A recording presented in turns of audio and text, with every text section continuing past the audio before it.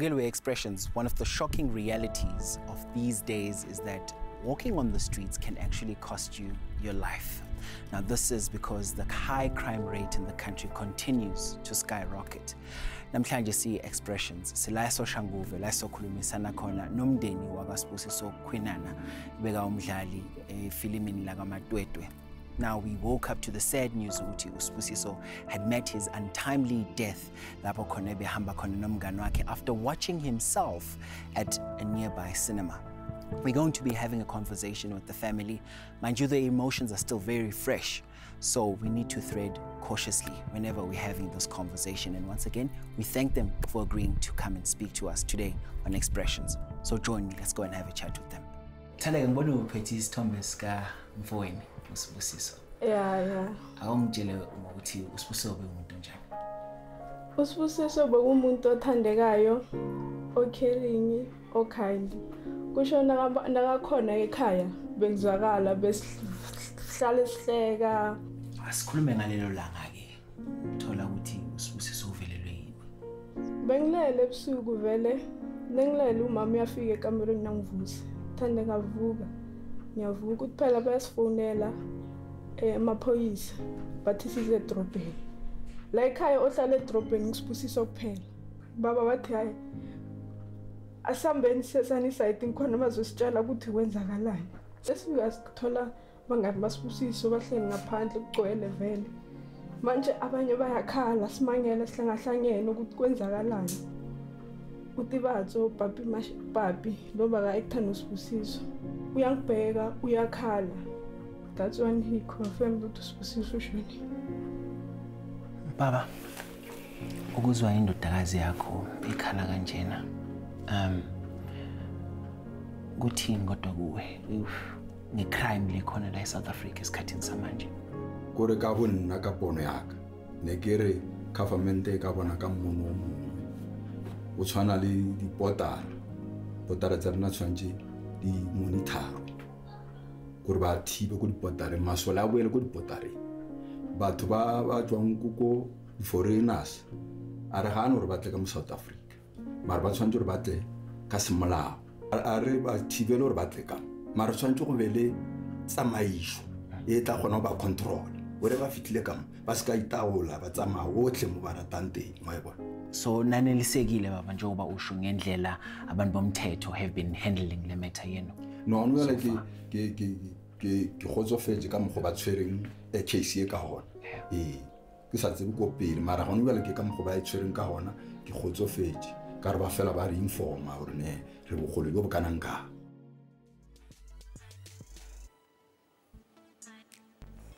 And on that very sad note, we want to say hello, Dumelang Sanmonani, South Africa.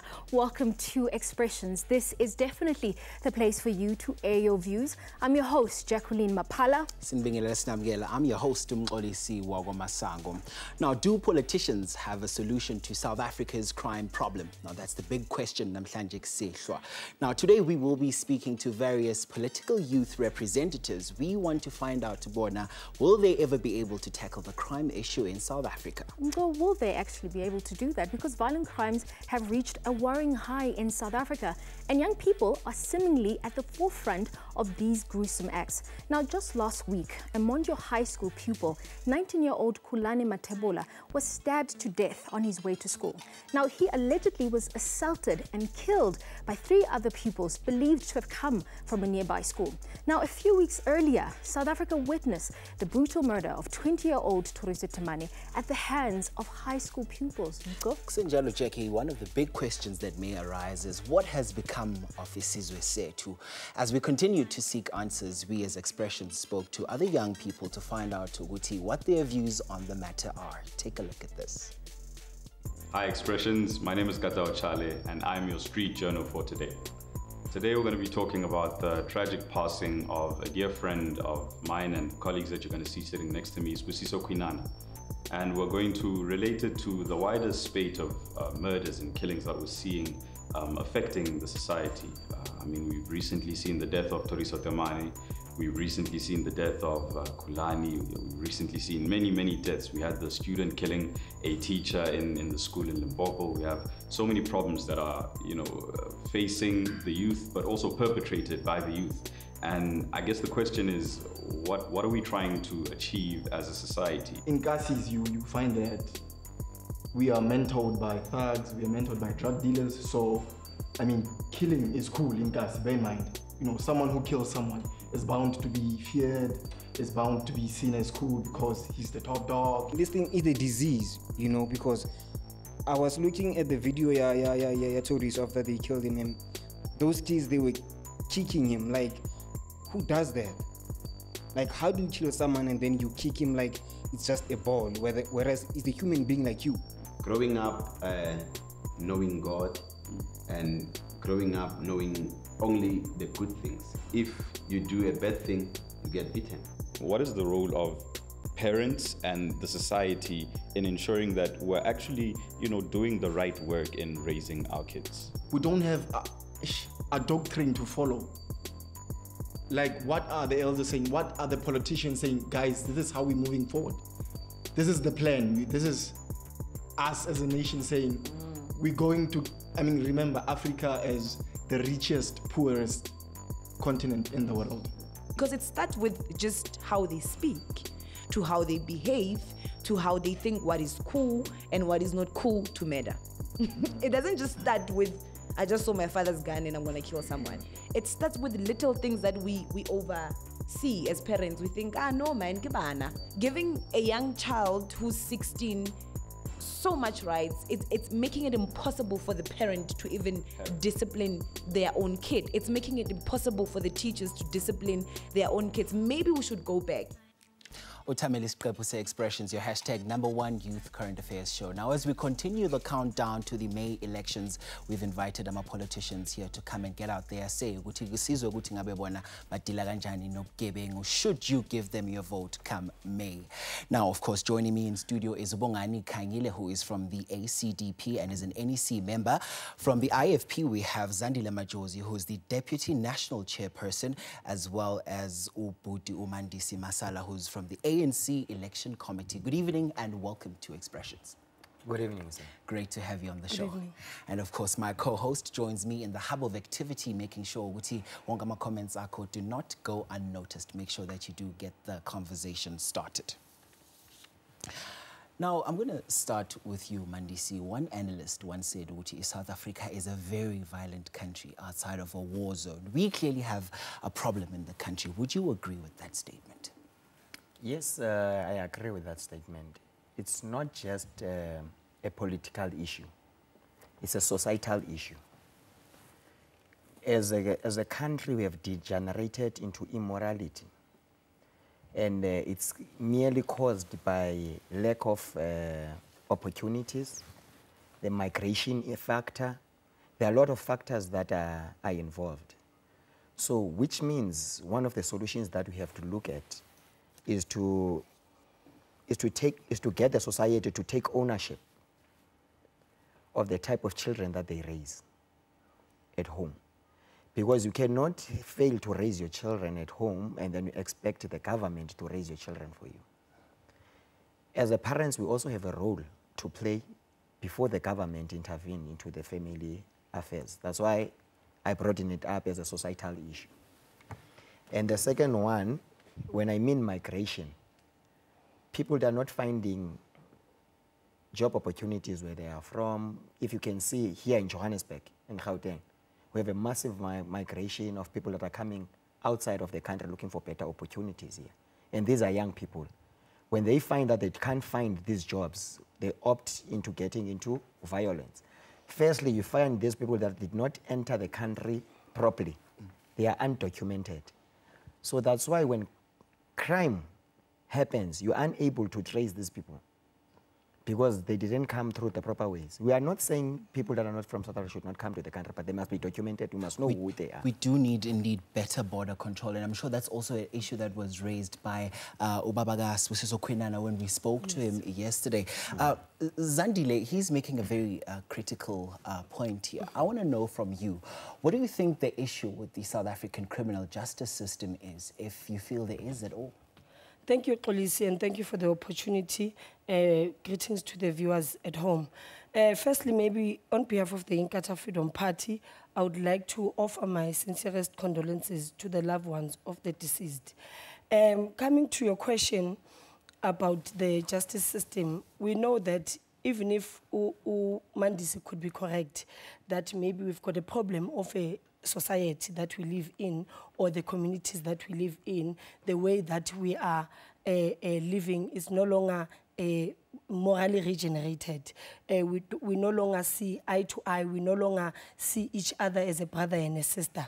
But nonetheless, it comes also to the government system, because we must have policing and policies of the SAPS that will be decentralized from national to province, also to the local authorities. Say that the current government is not doing a good job. It's not doing that. All controls are at national. Provinces and local authorities, they cannot take any decisions on the policies that are there. Because if that was the case in policy, you would see in the communities that we live in, when someone gets arrested for stealing in your house, they come back after 2 days. What is that? Because even if these things, these violences that we see are happening in schools, if local authorities were able to make their own policing, policies will be available at school, so that they see that these students, they don't go to school with weapons. So those are the problems that we're having. Even if we can say it's a societal issue, but also the government must take responsibility for it in partnership with I would have loved community. to give you the opportunity to respond to that, because partly it's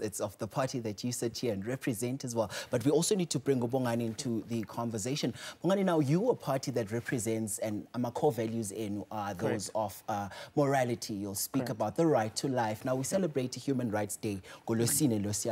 So is it even worth celebrating, looking at the current state of the country with crime? Look, one can't ignore the significant political strides as a nation we've taken with the consensus of the Constitution. However, my colleague from the far left here, not sure that's even his political and ideological position, cannot just remove the culpability of society. We've got to take responsibility as the leaders. Now, you've got a ruling party that should set the tone for leadership. You currently have 3 commissions of inquiry that are dealing fundamentally with the issue of corruption, and you want that to cascade to young people. They are not exemplars. That's where the ACDP comes in. ACDP says, we've got a framework for a godly governance, a governance of integrity. Now, when you start from the top in leadership, where you lead through the mores, as the Christian tenets actually enjoins us to do, that's going to cascade through to the public. So we need leaders of that. In fact, when the president launched our manifesto, he identified ACDPs are alive to these things. Giant number 5, there were 7 giants he identified. Giant number 5 had to deal with crime. And he's saying, and what the ACDP is saying, that we need to sort out from the criminal justice system, what is the role of the criminal justice system in terms of deterrence? How do you rehabilitate, or do you just let people just recycle the pattern of crime? And of course, we speak about that more. We'll try to get into it after the break. And Mbogeni Lapikaya, I'm sure there's many questions that you need to ask yourself. One is, how are you dealing with giving in Nyangagini? And 2, how do we make sure as a society, we make sure Tama victims, Afana Nokulani Matebula, that 19-year-old who was brutally stabbed last week, gets the justice, as well as the many other faceless victims. This continues after the break. Stay with us.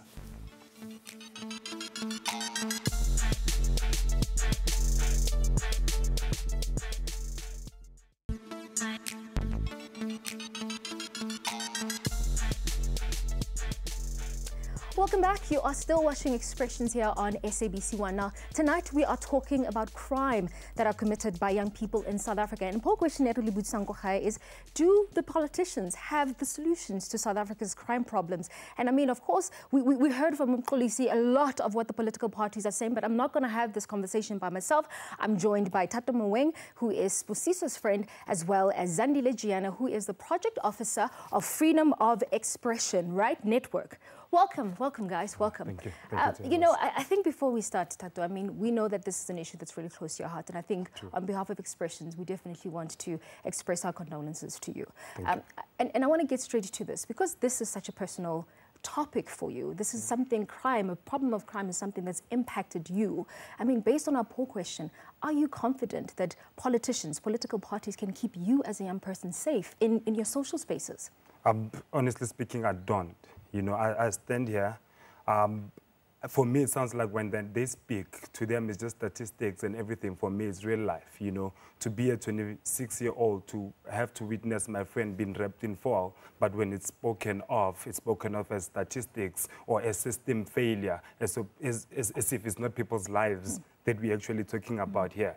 You know, there's a parent who just lost a child. You know, there's the art industry that just lost a legend. But then when politicians speak about it, it's like a system failure. You understand? We didn't get this right. We're going to blame the local government. We're going to blame whoever and blame whoever. Whereas for us, it's a real situation. For me, crime is not a statistic. It's not a country problem. It's a life problem. I mean, we heard Black Coffee speaking about how his vote is going to be determined by which political party he feels confident will make him feel safe in this country. Will you be casting your vote like that, considering the fact that this has literally impacted the way you even see the country as a whole?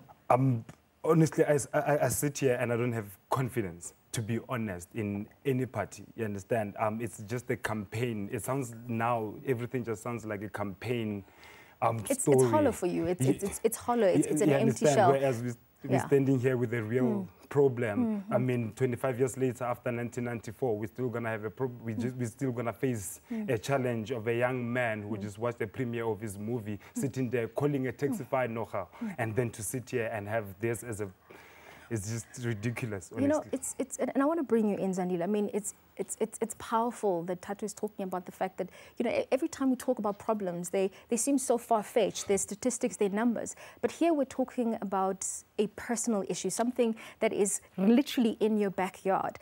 But I think on a deeper issue, let's talk about the issue of crime and violence. It seems that South Africa seems to have a culture where when we respond to problems, when we respond to conflict, we respond to violence. I mean, what is going on? This is a very serious issue, and I don't even know how to start or where to start. But I will just have to maybe mention that we do have rights, and the rights goes with responsibility, and we really need to respect our rights. And our rights needs to be taught at home first. Yeah. And then it will extend to school. Yeah. And then so to build a culture where we understand and know. So, but it will be difficult because even at homes, we don't even know our rights. Yeah. Well, and I think understanding the fact that this is not just a political party's problem, a community's problem, it's all of our problems. And I think just before I go into my voice note, I just want to speak to the panel, but maybe Mgo can actually maybe direct that question for us, Mgo, around the importance of, you know, leadership being a key issue around why we have such lawlessness. We're going to go into our WhatsApp notes. You know, Expression is definitely a place where you express your views. So please roll it. They don't have a solution because themselves are part of the crime that's happening here in Africa. And then they will never create laws that will get them in trouble. They will never create laws that will get them arrested. So for me, they don't have a solution because they're also part of the crime. Well, young person saying that the people who are supposed to be protecting us are actually part of the problem. So let's go into our Facebook. From Ukatla. Ukatla says, I don't think politicians have solutions on how to solve crime. All they care about is to be given a platform on news to talk about themselves, except with coming up with strategic plans to resolve crime. And then the last one, how can a criminal have a solution to a crime? Very strong words there from young people. We're going to go to a quick ad break. You're watching Expressions. We'll be back.